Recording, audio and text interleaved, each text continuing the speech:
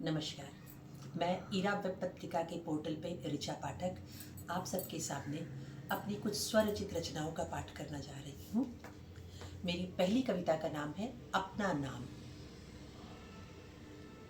वो उड़ना चाहती थी नील गगन में पंख फैलाए पक्षियों की तरह।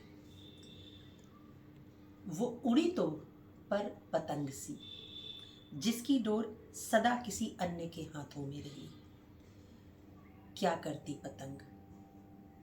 वो बहना चाहती थी चट्टानों पहाड़ों को लांघते उछलते कूदते, पाषाणों को काटते पहाड़ी नदियों की तरह। वो बही तो पर नहर सी, जहां उसका बहाव सदा किसी और की मुट्ठी में रहा।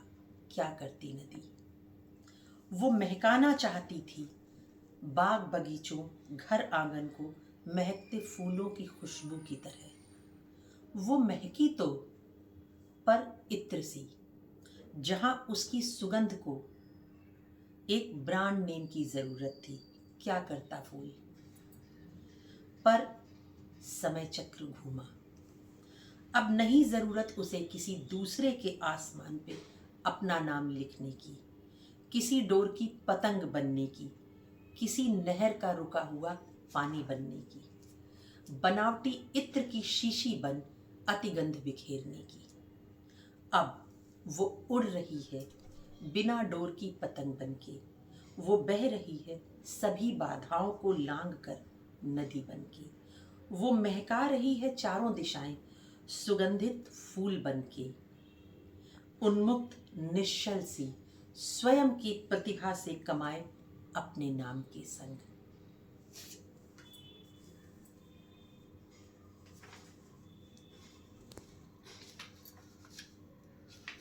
दूसरी कविता कायरों की सभा। कायरों से भरी सभा में कुछ स्वयं तुम्हें करना होगा। छोड़ सहारा कृष्ण का, अब आगे तुमको बढ़ना होगा। धर्मराज बैठे हो जहां पर स्वयं नेत्र झुकाए, ऐसे समाज से आशा ये कि कोई सहायता को आए। हाथ तोड़ दो उस दुशासन का जो उठे तुम्हारी ओर। आगे बढ़ के सब मौनियों से उत्तर स्वयं लेना होगा। आते नहीं सभाओं में अब कृष्ण सहायक बनकर, अपनी अस्मिता की रक्षा का भार स्वयं तुमको लेना होगा। कायरों से भरी सभा में कुछ स्वयं तुम्हें करना होगा। छोड़ सहारा कृष्ण का, अब आगे तुमको बढ़ना होगा। मेरी तीसरी कविता जो इस विधा से थोड़ी अलग है।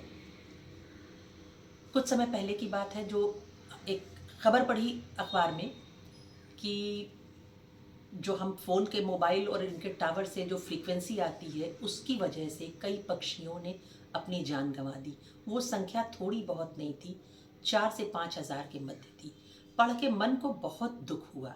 उसी पे एक छोटी सी कविता लिखी है, विज्ञान ये कैसी प्रगति है। बदल रही है समय की धारा, नव प्रश्नों का दौर है। अद्भुत है विज्ञान की प्रगति, पर चिंताएं घनघोर है। कैसी है विकास की आंधी, जिसका ओर न छोर है।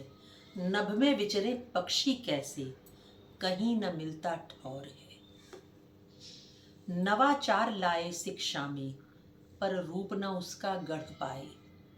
क्या सीखें क्या छोड़ें हम, अब तक तय ना कर पाए।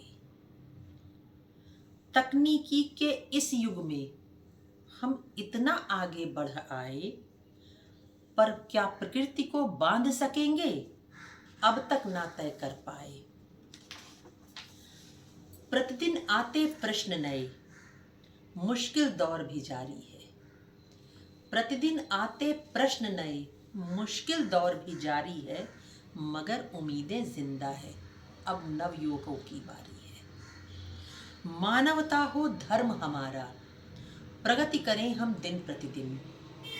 परहित हो कर्तव्य हमारा, काम चले ना एक दूजे पे। अद्भुत है विज्ञान की प्रगति, नव प्रश्नों का दौर है। बदल रही है समय की धारा, पर चिंताएं घनघोर